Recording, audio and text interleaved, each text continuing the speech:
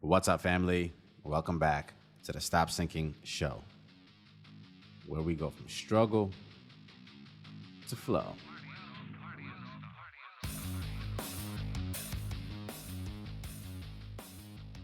I don't have much flow to share today. A lot of my free mental space that leads to creativity and me thinking about this has been stifled by stress and uncertainty. And this time it's not for my own life stuff, but the health of someone I feel responsible to take care of, my father, who had a 6-month follow-up PET scan today. So even though I've tried not to make this a big deal, and I tend to maybe blindly just be positive in my thinking and not consider the negative, I think still somewhere in the low-level background, it's been draining my energy. So let's just pray all goes well. What it did make me think of is the power of positive thinking. Because really, it doesn't help me to think negatively. And maybe I use it as a coping mechanism to blind myself from the realities of life. But with the alternatives and the consequences of negative thinking, here's what I plainly realized. At this point in my life, and I think we all reach a certain point in our life, maybe it's a realization through aging and the realization of our mortality, or just plain old facing the reality of how high the stakes really are in life. And realizing that at this point in my life, and maybe you're here with me at this point in your life, I can't even afford to be negative. I can't even afford a negative thought. And I've talked about positive mental attitude and positive thinking and the effects of negative thinking in the past, but never have I come to it so clearly in my own head, which is that all the pep talk and all the encouragement for positive thinking is great and all, but it shouldn't even be required. Because the reality that negative thinking creates for you and attracts to you is enough reason to not even need any motivation or push to think positively. Anything can happen tomorrow.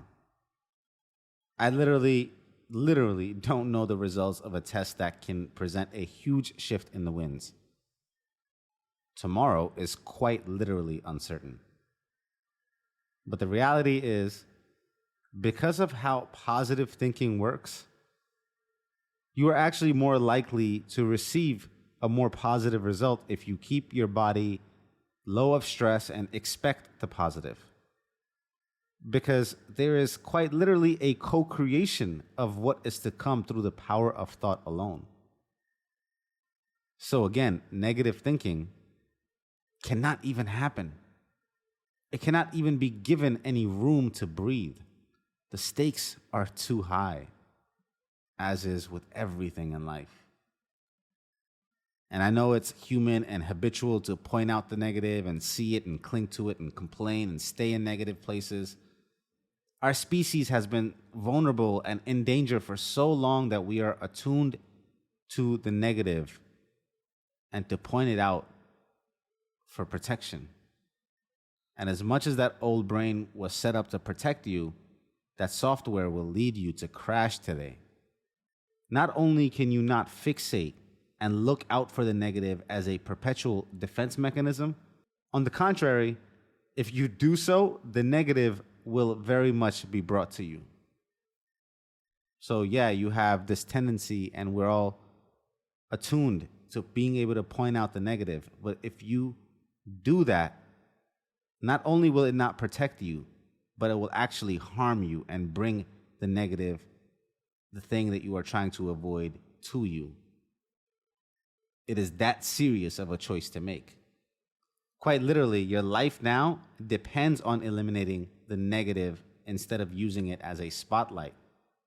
And I don't mean to do this in some naive fashion where you ignore what is on fire, But understand that if you stare into the abyss too long, it stares back into you. And you could lose yourself in it. And maybe there's a deeper purpose to continue staring at it, but using negativity and the dark holes as a strategic tool comes way after having some reins on it in the first place. Far from where most of us are today. And it all depends on the individual and his attitudes, whether the negative thinking and the feelings are used as assets or liabilities. But this is a deeper conversation for a whole another day. Yes, negative thinking can be a tool, but most of us lose ourselves in it. We find it hard to disconnect and view it objectively.